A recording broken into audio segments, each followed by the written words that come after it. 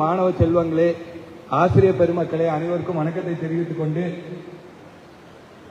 இந்த உலகத்திலேயே நம்ம வாழ்க்கையில மிகப்பெரிய குற்றம்னா என்னங்க? எது பெரிய குற்றமா நீங்க கன்சிடர் பண்றீங்க? யாரோ ஒருத்தர் சொல்லுங்க, பெரிய குற்றம்னா என்ன? யாரோ ஒரு குழந்தை இதுதாங்க பெரிய குற்றம், ரொம்ப மோசமான குற்றம் அப்படின்னு சொல்லி ஏதோ ஒரு குற்றம் சொல்லுங்க. யாரோ ஒருத்தங்க சொல்லுங்க, ஏதோ எது பெரிய குற்றம்? கொலை. கொலை வந்து பெரிய குற்றம் தானே. கொலை, கொள்ளை, திருட்டு, பாருங்க, செயின் ஸ்நாச்சிங் எல்லாம் இருக்கும். ரொம்ப மோசமான கொலை ஒரு குற்றம் இருக்கும், திருட்டு இருக்கும், கொலை இருக்கும், சூது விளையாடுறது இருக்கும், கேம்பிளிங் இருக்கும், துரோகம் இருக்கும், இந்த மாதிரி பொய் பேசுறது, இந்த மாதிரி பல குற்றங்கள் உலகத்திலேயே இருக்கும். நம்ம வாழ்க்கையில நிறைய குற்றங்கள் இருக்கும். இதுல பெரிய குற்றம் எது அப்படின்ற கேள்வி நம்ம எல்லாத்துக்கும் வரணும். இருக்கிறதுலே இதுதான் வந்து ரொம்ப மோசமான குற்றம். அதுக்கு ஒரே ஒரு சின்ன கதையை உங்களுக்கு சொல்லணும்னு இருக்கேன். ஒரு முற்றும் துறந்த ஒரு பெரிய முனிவர், ஒரு சாமியார். அவர் வந்துட்டு எந்த குற்றமே வாழ்க்கையில பண்ணாதவர்.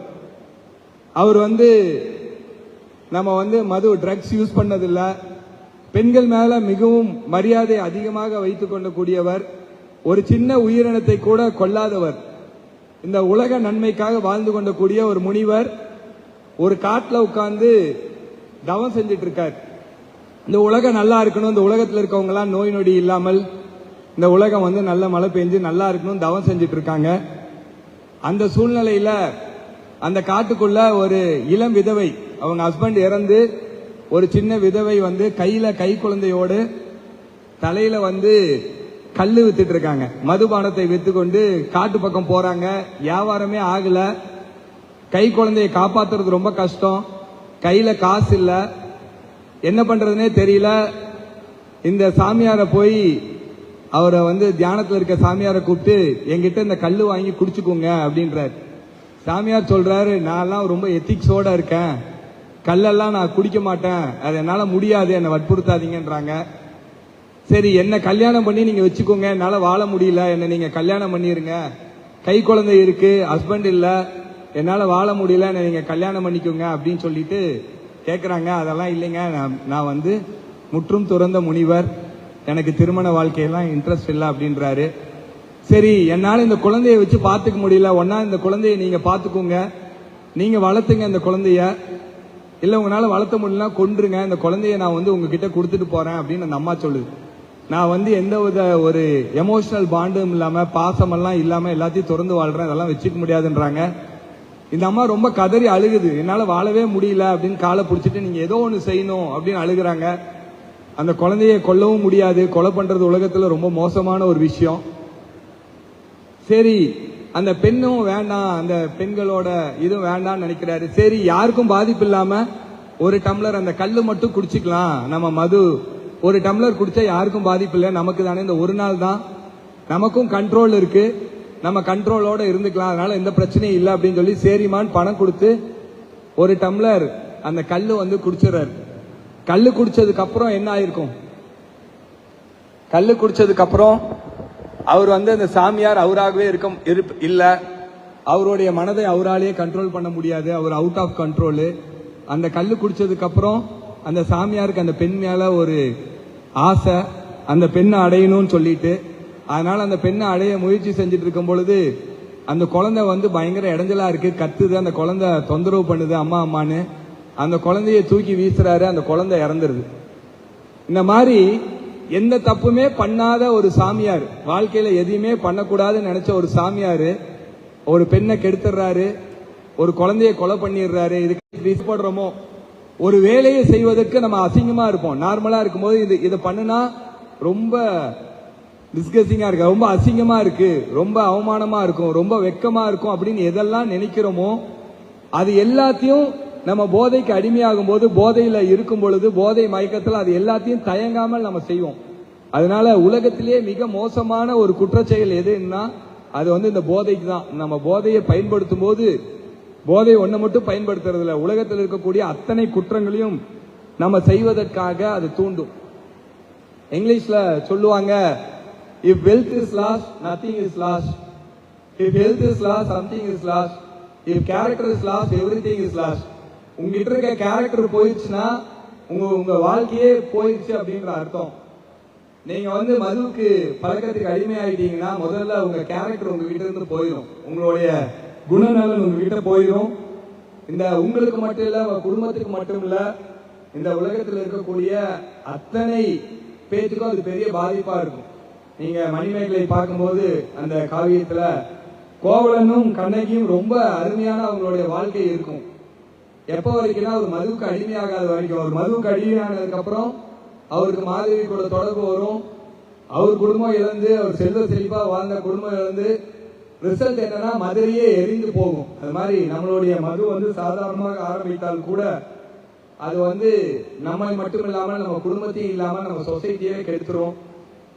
ஏன் வந்து நிறைய பேர் மதுவுக்கு அடிமையாகிறாங்க அப்படின்றத பார்க்கும்பொழுது நம்ம தெரியும் போது என்ன தெரியுதுன்னா, நம்ம ஃப்ரெண்ட்ஸ் யூஸ் பண்றாங்க, எங்க பசங்க இருக்காங்க, நாமளும் யூஸ் பண்ணலாம், ஒரு எக்ஸ்பெரிமெண்டாலா ட்ரை பண்ணி பார்க்கலாம், அது எப்படி இருக்கும் ஒரு நாள் சும்மா ட்ரை பண்ணி பார்க்கலாம் அப்படின்னு தோணும்.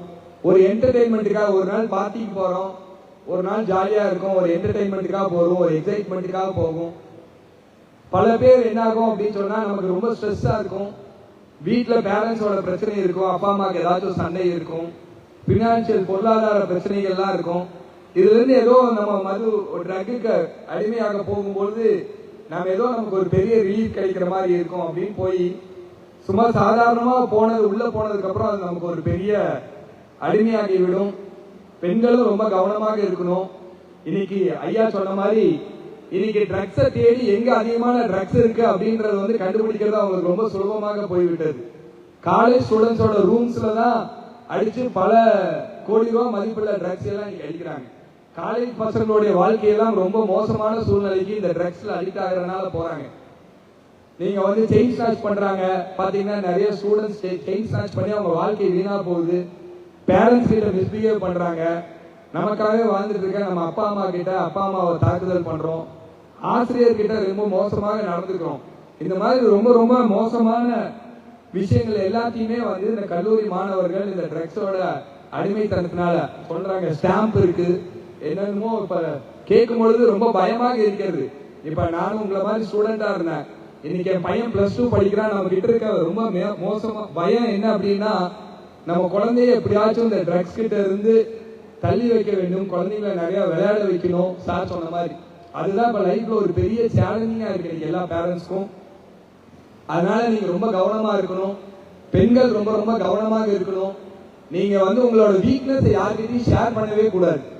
நம்மளுடைய வீக்னஸ், நம்மளுடைய ப்ராப்ளம் வந்துட்டு நம்ம யாருக்காச்சும் இதை ஷேர் பண்ணுவோம் பாய் ஃப்ரெண்ட்ஸ் கிட்ட எல்லாம்.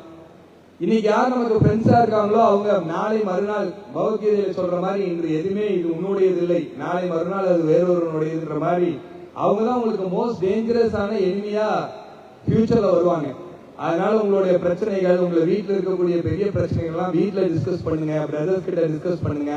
உங்களோட வீக்னஸ் பாயிண்ட், உங்களுடைய பிரச்சனைகள் இது எதையுமே வந்து வெளியே வந்து பெரிய அளவுல நீங்க வந்து அதை எக்ஸ்பிளைன் பண்ணாம நீங்க ரொம்ப ஸ்ட்ராங்கா இருங்க, போல்டா இருங்க. உங்க வாய்ஸை வந்து ரொம்ப போல்டா சொல்லுங்க. உங்களுக்கு பிரச்சனை ஆகும் பொழுது மகாபாரதத்துல கூட பாத்தீங்கன்னா, ராமாயணம் மகாபாரதம் இதெல்லாம் பல ஆயிரம் வருஷங்களுக்கு முன்னாடி என்ன சொல்றாங்கன்னா, பசங்களுக்கு தான் இது.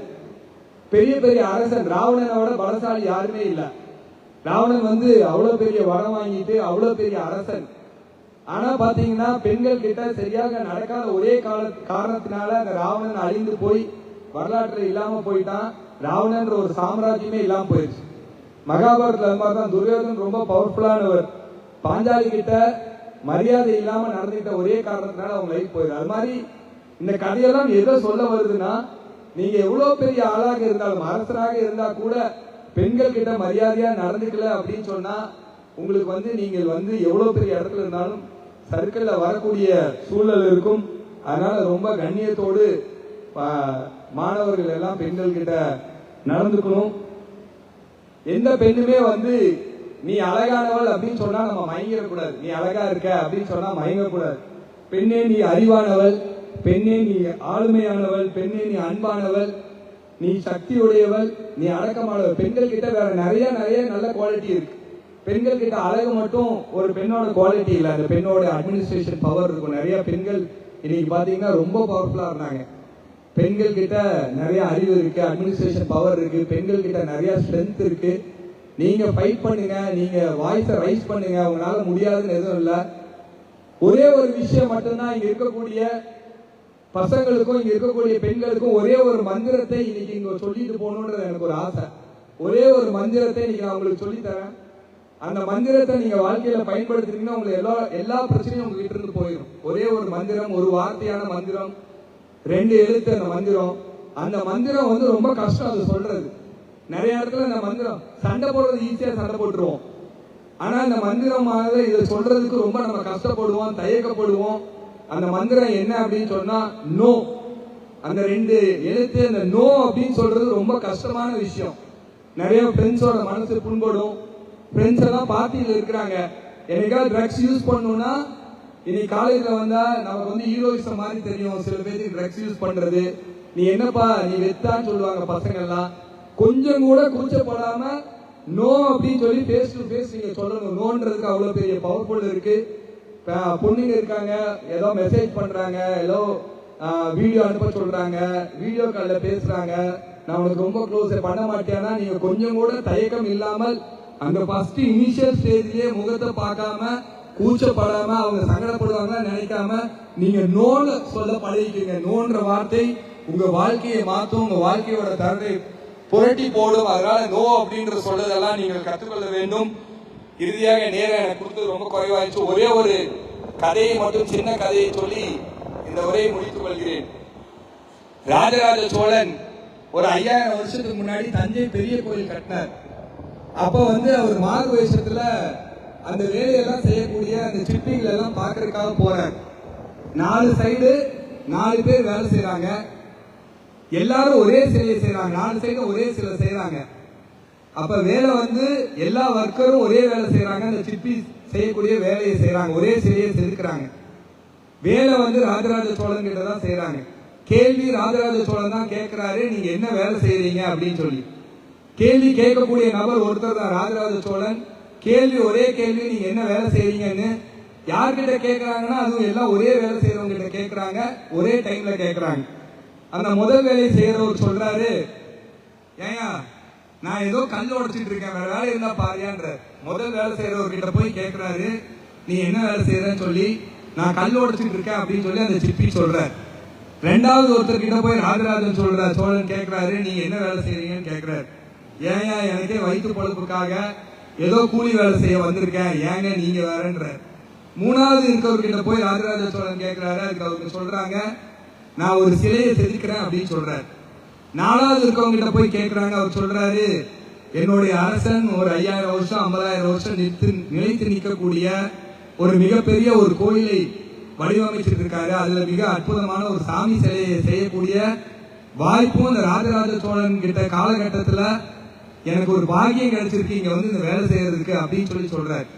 கேள்வி பாத்தீங்கன்னா ஒரே கேள்வி, ஒரே வேலை செய்யறவங்க, ஆனா 4 விதமான பதில்கள் இருக்கு. இதுக்கெல்லாம் என்ன காரணம்னா அவங்களோட ஆட்டிடியூட், அவங்களோட மனோபாவம். ஃபர்ஸ்ட் வேலை செய்யறவரு, கூலிக்கு வேலை செய்யறவரு, கல் உடைக்கணும்னு நினைக்கிறவரு காலையில 9 மணி எப்போ ஆகுதுன்னு பார்த்துட்டு வருவாரு. இன்னைக்கு ஏதாவது ஸ்ட்ரைக் இருக்கா, இன்னைக்கு மழை இருக்கான்னு பாப்பாரு. சாயந்தரம் 6 மணிக்கு டைமை பார்த்துட்டு போயிடுவார். ஆனா இந்த கடைசி வேலை செய்யறவர் காலையில 7 மணிக்கே வந்துருவாரு. சாயந்தரம் சூரியன் வந்து மறைந்து வெளிச்சம் தெரியாத வரைக்கும் வேலை செய்வாரு. அவர் அதிக வேலை செய்வார், ஆனா அவருக்கு சுமையாகவே தெரியாது. அது போலதான் நீங்க நிறைய பேர் வந்திருப்பீங்க. சில பேர் காலேஜுக்கு ஜாலியா இருக்கிறதுக்காக வந்திருக்கோம், சில பேர் காலேஜ்ல ஒரு என்டர்டைன்மெண்ட் ஆகிறதுக்காக வந்திருப்போம். தனியா கேள்வி கேட்கும் போது சில பேர் இங்க படிக்கிறவங்க ஒரு IAS ஆபீசர் ஆகணும், சார் மாதிரி ஒரு IPS ஆபீசர் ஆகணும்ன்ற ஒரு கனவுல வந்திருப்பாங்க. சில பேர் ஒரு பிசினஸ், பெரிய ஒரு பிசினஸ் மேக்னெட் ஆகணும்ன்ற கனவுல வந்திருப்பீங்க.